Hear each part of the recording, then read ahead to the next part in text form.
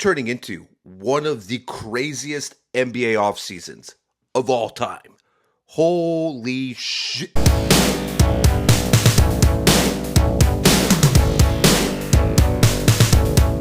My boys, welcome to episode 8 of the Crashing Out Podcast. I am your host, Holguin. This is an emergency episode because the Boston Celtics have traded Jaylen Brown to a team I did not expect for a trade package I don't understand.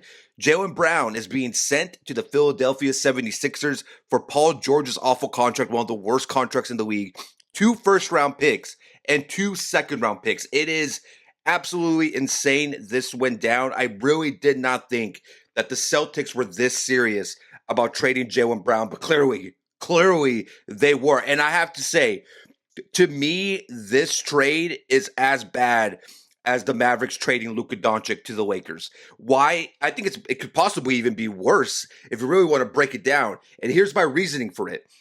Nobody knew that Luka Doncic was available. Nobody knew that the Lakers and the Mavericks, Nico and Pelinka, were negotiating behind everybody's back without letting anything slip out.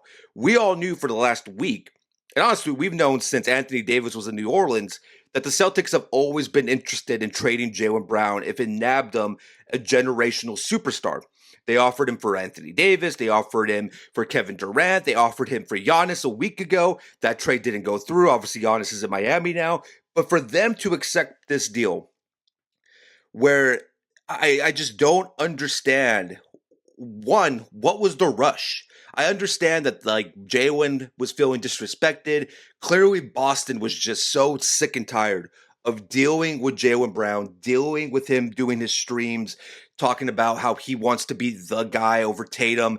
It's just so crazy that this all transpired, and it happened so quickly. And Philly wasn't even on my bingo card, like I said earlier. I really thought the teams that would be interested in Jaylen Brown would be a team like the Houston Rockets, the Portland Trailblazers, the Atlanta Hawks. I thought those teams would be the most aggressive franchises trying to nab Jaylen Brown. And I just did not expect Jaylen Brown, or Boston for that matter, to send him to the team that they choked a 3-1 lead to. It's absolutely insane for a trade package that stinks.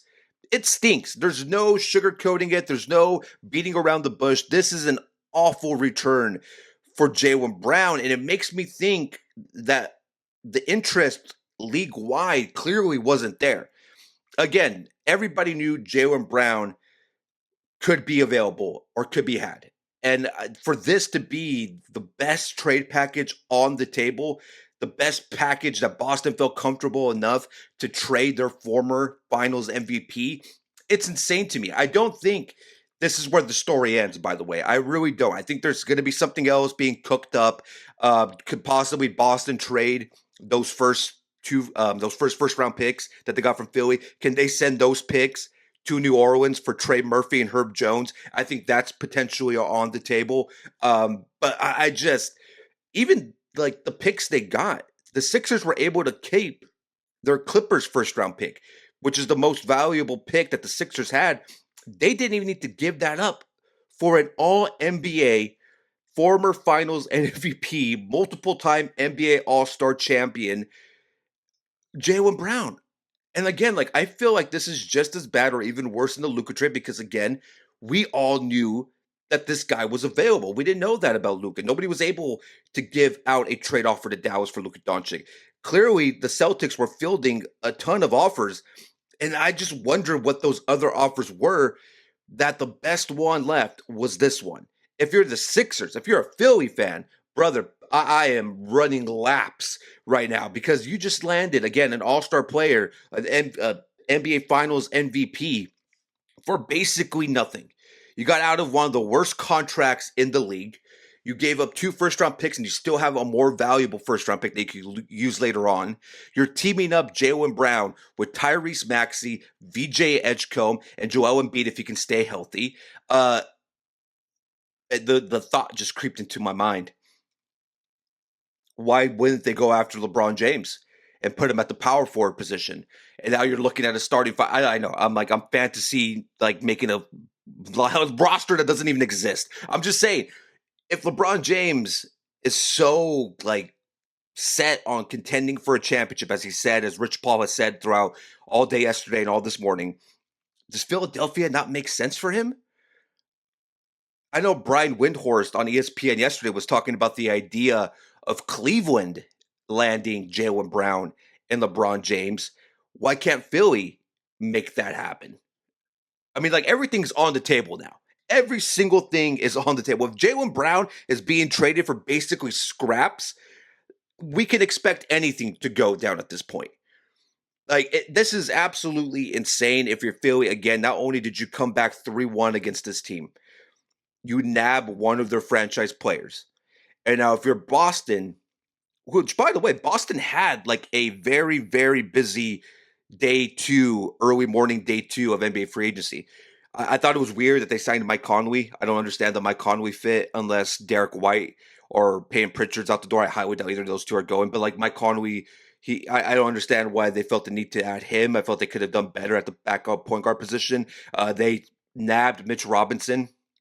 So he's no longer going to be with the Knicks. He's heading to the Celtics. I do like Mitch Robinson in Boston. That makes sense. A lot of sense for them. But yeah, man, now they bring in Paul George, who still has 2 years left on that contract. He's going to be getting paid, I believe, $54 million this upcoming season, $56 million the following season. It's a player option. He's going to pick that up. Paul George is not leaving $56 million on the table. This isn't a Draymond situation.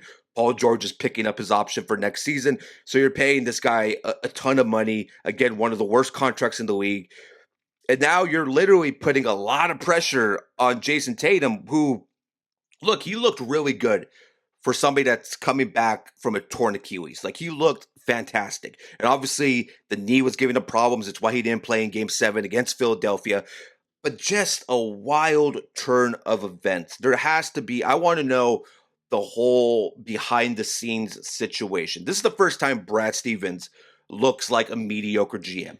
I hate the fact that Brad Stevens was so good at this job. I was so envious that the Celtics had a competent GM up until this moment in time where Jaylen Brown is now a 76er and Paul George and a bunch of scraps are with the Boston Celtics. Now, again, the Boston Celtics might surprise us. The Brad Stevens plan may not have come to fruition yet, and maybe he flips these picks, and maybe it's not Trey Murphy and Herb Jones. Maybe he goes after Anthony Davis. Maybe he goes after, here's the scary one. Maybe he goes and signs LeBron James. LeBron James goes to the Boston Celtics. That would be crushing. That would be pretty bad. I would hate for LeBron to end up anywhere.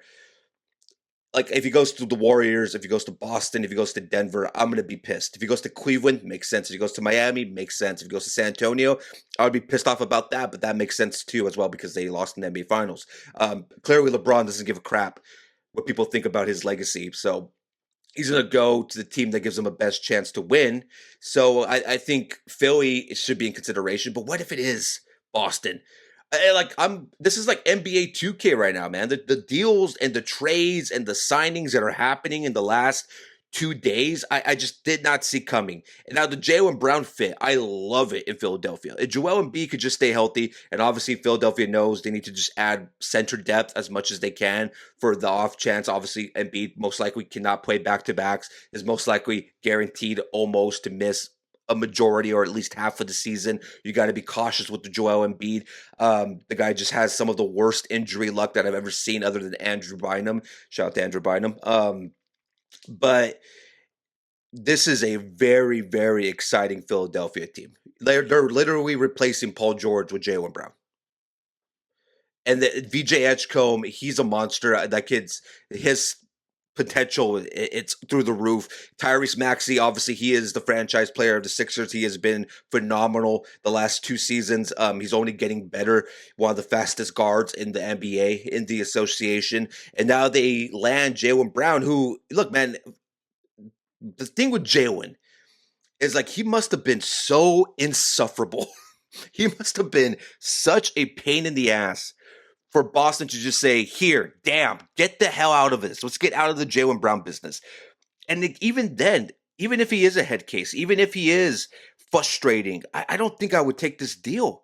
The biggest thing that's like hurting my head right now, it's what was the rush? it wasn't like he was becoming a free agent next summer, or he never requested a trade, according to Shams. Shams was just on SportsCenter a couple of minutes ago. That he never requested a trade. He never wanted to leave Boston. It was always Boston that seemed eager to break up with him. And they could have waited it out. They could have spent the entire season up until the trade deadline, hell, all the way up until the following offseason to offload him and just be like, hey, every team in the association that's interested in Jaylen Brown, send us your best offer. It's just hard to believe that this is the best they can do for this type of player. How old, is Jaylen Brown? Isn't Jaylen Brown only 28, 26 years old? He's not even really in his prime yet. He was all NBA. At one point, he had the bozos of Kendrick Perkins and Stephen A. Smith trying to give him MVP votes. That's how good he was playing. This was supposed to be a gap year for the Boston Celtics last season. And he carried them to the 2 seed in the East. Now, it didn't matter because they end up choking the 3-1 series lead to Philly. And now he's in Philly for a trade package that makes no freaking sense. Unreal, man. I love the NBA. I love the offseason. They really, Adam Silver and CJ McCollum tried so hard to ruin the NBA offseason with the new CBA, but this NBA offseason is delivering on a major, major level. What's next? Who's going to be traded? We've already seen Giannis to Miami, Morant to Portland, Walker Kessler to the Lakers, which we're going to talk about in a bit, Jaylen Brown to the Sixers, LaMelo Ball to the freaking Minnesota Timberwolves. I forgot to talk about that yesterday. But yeah, LaMelo going over there is insane. Bridges to Phoenix. We're seeing so much player movement in a free agency that we all knew going into it was going to be super weak. We all knew this free agency was going to absolutely stink. The class wasn't good. A lot of players re-signed before free agency even started. And I think because of that, because of free agency being so mid, now we're seeing these crazy 2K fantasy style trades take place in the NBA, and I think it's a good thing for the league. We're seeing a change of scenery, and I'm also noticing that this is basically like the start of a new era in the NBA. The changing of the guard, a whole new facelift now that's back on NBC. It feels like it's a brand new beginning for the NBA, and it's going to be interesting to see. We still don't know where LeBron James is going, man. That's still another huge domino that has to drop.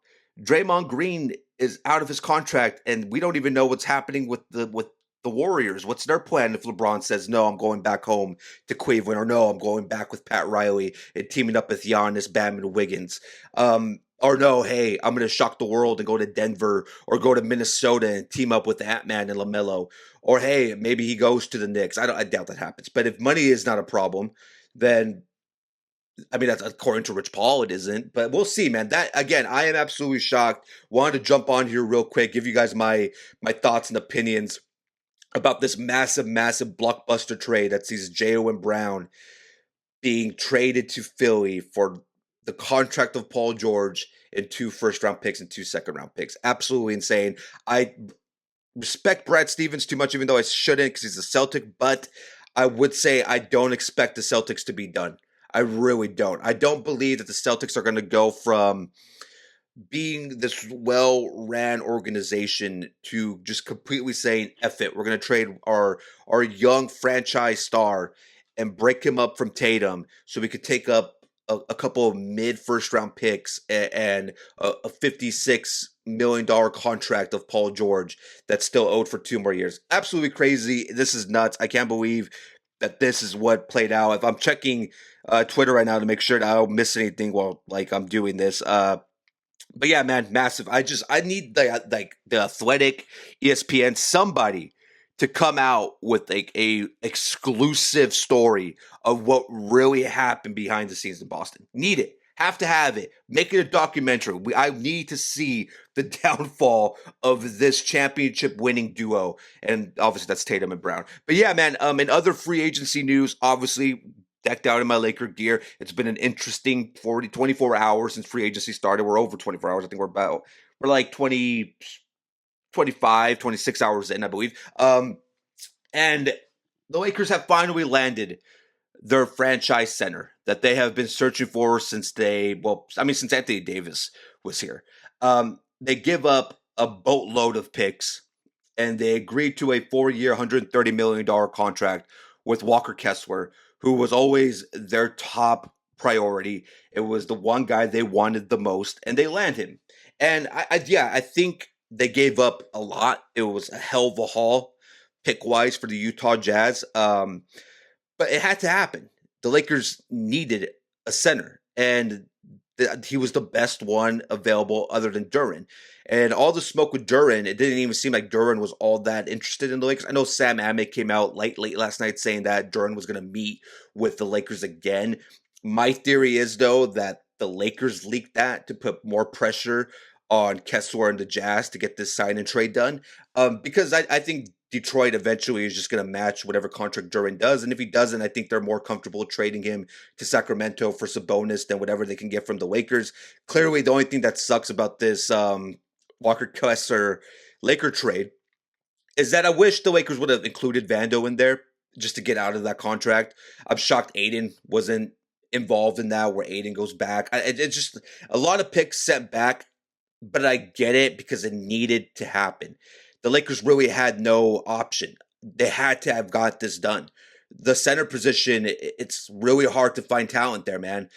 There's guys that are like tier 3 centers that are getting paid like 12 to 14 million dollars. Jock Landale is a great example of that. I think he got like 14 mil from the Atlanta Hawks, and to me he's like a tier 3 third string center type. So yeah, the Lakers paid a lot, and they had to. This is what they had to do. It's the same thing with like Austin Reeves.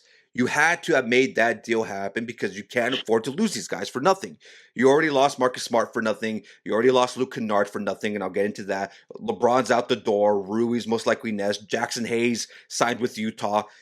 So, like, you had to have gotten this done. You have to build a roster out. You had the most cap space in the league. What makes me laugh, and what kind of triggers me as well, is the amount of people saying that Utah fleeced and the Lakers don't have a future and that Luka Doncic needs to get the hell out of there and go back to Dallas, that the Lakers are just fools and Pelinka messed up. Now, here, I'm never going to defend Rob Pelinka. That's the number one thing I want to get out there. I think the guy's a bozo. I think he's one of the worst GMs in the league. But there's an alternate reality that the Lakers didn't make this deal happen.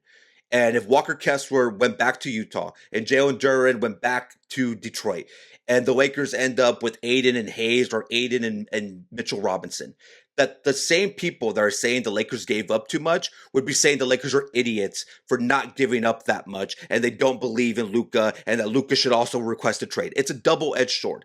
Damned if you do, damned if you don't. If they didn't make this deal for Walker Kessler and all those bad things happen, they're screwed at the center position again, and they would have to do another center by committee, the same people would have been saying the same thing, just reversed.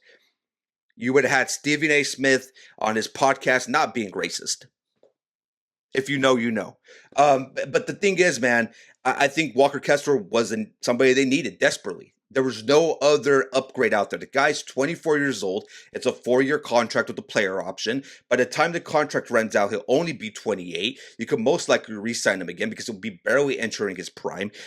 He's a great shot blocker, elite rebounder. I would relax with thinking that he's a 3-point shooter as well. He's only made, I believe, 8 3-pointers in his career. I know people think he can just stretch for. He can. Don't get me wrong. He's adding that to his game, but I don't want Laker fans to just expect him to just be a sharp shooter from 3. He takes his 3-pointers like not as much, and I think Laker fans need to relax on the idea that he's just going to be popping up threes every freaking game. I don't think that's going to happen. But yeah, he could do it. He's capable of doing it. And again, 24-year-old big men with that much talent that are that elite at the defensive end, that are that elite at being rim protectors and boxing out and et cetera, you got to pay a high mark to get those type of guys. The Lakers did it. They land Walker Kessler. I am perfectly okay with that. Now, some of the other moves they made today, because this has been one of the craziest mornings in Laker history, just because they did like 4 straight moves in the span of like 15 minutes. I couldn't even keep up. I woke up at 4:30 in the morning today just to see that Marcus Smart went to Houston.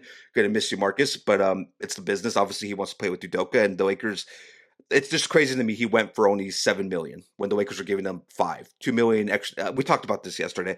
Luke Kennard also going to Phoenix for a lot less money than I expected. How the Lakers could match that. Besides the point. But anyways, after the Walker Kessler deal was done, as I mentioned yesterday, they were in the favorites to sign Mamu. I'm shocked they gave Mamu 4 years, $52 million though. I'm so used to the Palinka special, which is always like the 2-year team option, player option shit that he always gives out.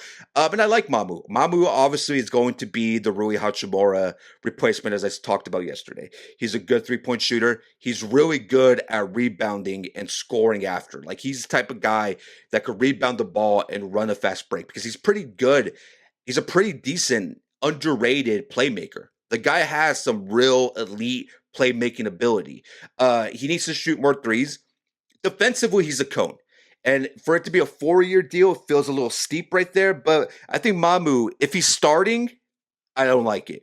But if Mamu's playing 25, 28 minutes a night off the bench, I think that's a great pickup for depth. But yeah, the Lakers need to address a lot more, and we'll get into that in a bit. Right after they signed Mamu to a 4-year, $52 million contract, they agreed to a deal with Quentin Grimes for 4 years, $60 million. Now, I actually am a huge Quentin Grimes fan. This guy, I've been wanting him on this team since this whole restricted free agency thing fell apart.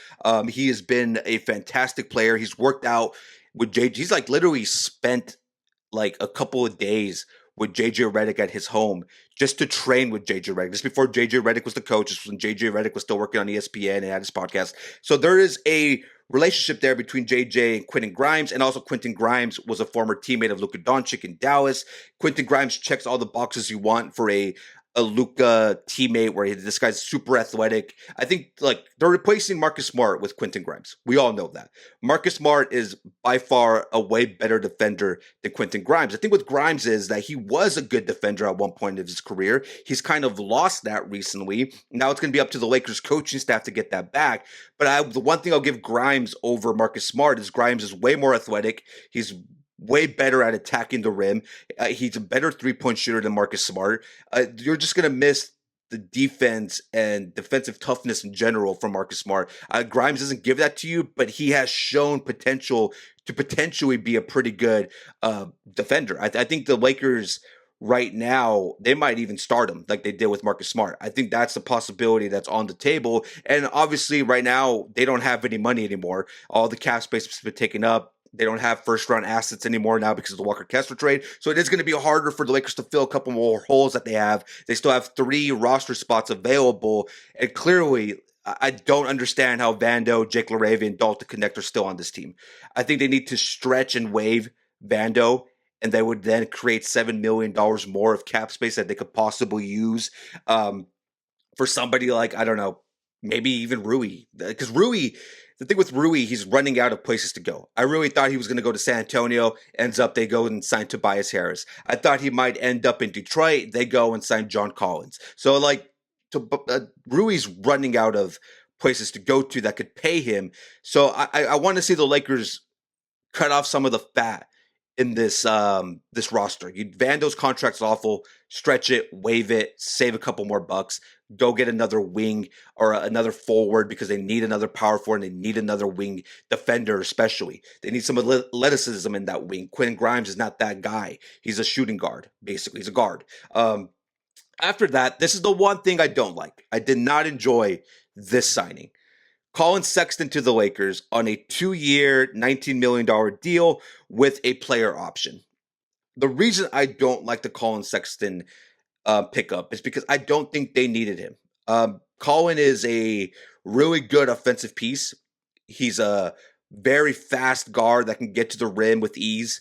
He was going to attack the paint, put pressure at the rim. He's an offensive guy that he would absolutely take pressure away from Luka and Austin. That's the one thing I will say about the praise for Colin and Grimes is that they are going to take responsibility away from Luka and Austin. So hopefully we don't play Luka and Austin into the ground like we did this last season so that they're so tired they get hurt and we lose them for the playoffs. Grimes and Colin will be really good at taking the ball off of their hands and not having all the pressure on Luka and Austin. So I do like that. But Colin, for 2 years, $19 million, he's one of the worst defenders in the NBA. I know Palinka loves his combo guards. It's like his fetish. It's like his kink. He loves acquiring combo guards. Kendrick Nunn, Gabe Vincent. Now we got Colin Sexton. And the thing is, like, 2 years, $19 million. I would have preferred that they gave that contract to somebody like Kelly Oubre, who signed for $3 million less to go to the Indiana Pacers. Like Kelly Oubre would have been the perfect wing for a Luka Austin starting five with Walker Kessler as your defensive anchor. Instead, to go with Colin Sexton, where I'm like, there's going to be nights where Colin's jumper's just not hitting, and it's going to be frustrating because he's not going to be able to do anything defensively. He's a cone as well, same as Mamu, and he's not good at boxing out. Like, he's just on an offensive firepower. When he's on, it's going to be great. But when he's off, there's going to be a lot of Laker fans that are like, damn, I wish we would have used that 19 mil on a forward that could attack the rim better or taller and lengthier than Colin Sexton. I think Colin is going to have a couple of games, though. He could be he could be a kind of a Malik Monk storyline for the Lakers. Best case scenario, it's like when the Lakers had Malik Monk. I think it could possibly work out, but I do wish that contract would have went to somebody like Kelly Oubre. So yeah, the Lakers still have a lot of things to do. DeAndre Ayton, as of right now, is still on the roster. All signs are pointing to him being the backup center of the Lakers, which is interesting. I don't expect that to last. This is the same guy who was throwing hissy fits because he wasn't playing in the fourth quarter. You really think that guy in a couple of months who went from crying about not playing in the fourth is all of a sudden going to be totally okay with the Lakers putting him on the bench? I don't see that as a possibility. And the other thing is he is on a 1 year, $8 million contract. Expiring deals in today's NBA are very, very valuable. I would not be shocked if the Lakers trade him. The problem is the center position in free agency has dwindled down significantly. So I don't even know what the Lakers would do at that point. They might have to keep Aiden and hope that he just does lock in and maybe go make more of those Aiden Lions shirts you guys made earlier last season. Vanderbilt, Laravia, Dalton still on the team. I think they need to move 2, 3, or all of those guys. I really do. I think they need to open some up more cap space, try to see if you could trade some of these expiring deals like Laravia and Aiden to absorb contracts that are larger than 1 year, and teams just want to get them off their books so they don't have to pay the salary cap or the luxury tax. Maybe there's a team out there. I mean, clearly Denver has to do something, right? Like the Nuggets, I don't see a scenario where the Nuggets just run it back. They lost Tim Hardaway Jr. to the Miami Heat. Tim Hardaway Jr. got $6 million for the Heat. Makes sense. His dad's a legend there. His dad has his jersey retired there. It just makes all the sense in the world for Tim Hardaway Jr. to go to Miami, especially because they have roster spots to fill just like the Lakers. But Denver, Denver to me is the sleeper team for LeBron. I really do believe that. I think they are the team to look out for. They have went after LeBron before. I don't think people remember that. Before LeBron agreed to come to the Lakers, the Denver Nuggets were pushing very aggressively to land LeBron James.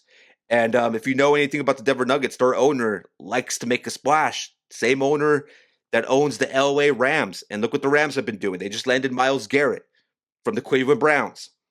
You don't think they want a team joking up with LeBron James? Now, as a fan, as a Laker fan, as a LeBron fan, that would hurt. I want them just to end it in Cleveland. Have your storybook ending, man. Don't go to the rivals. Come on. Let's not do that. Let's not have that. But yeah, man, so a busy day in the NBA. I'm pretty sure we're just getting started. I expect more craziness to happen. The Lakers still have to do a lot of things. This Jaylen Brown to Philly thing is insane. What's next? What is next, man? It's going to be absolutely interesting to see what else plays out. We'll see. And again, my boys, if you like this video, like, subscribe, comment down below. What are your thoughts on Jaylen Brown to the Sixers? What are your thoughts on Walker Kessler to the Lakers? Do you think the Lakers gave up too much? If you don't, let me know in the comment section. Hit that notification button so you're notified when I drop a brand new video. Comment down below. We'll see you guys later on, my boys. Probably as soon as tomorrow. I am trying to pump out as many videos as I can as free agency unfolds. I will see you guys later on. Oh, also, Viva Mexico won that game. On to the next round. Mexico, England on Sunday. That is going to be absolutely insane. Mexico looked phenomenal against Ecuador. And the fact that they have given up 0 goals in all the games they played so far, whoo, I'm happy. Vámonos. All right, my boys, I'll see you guys later on. You guys enjoy the rest of your day.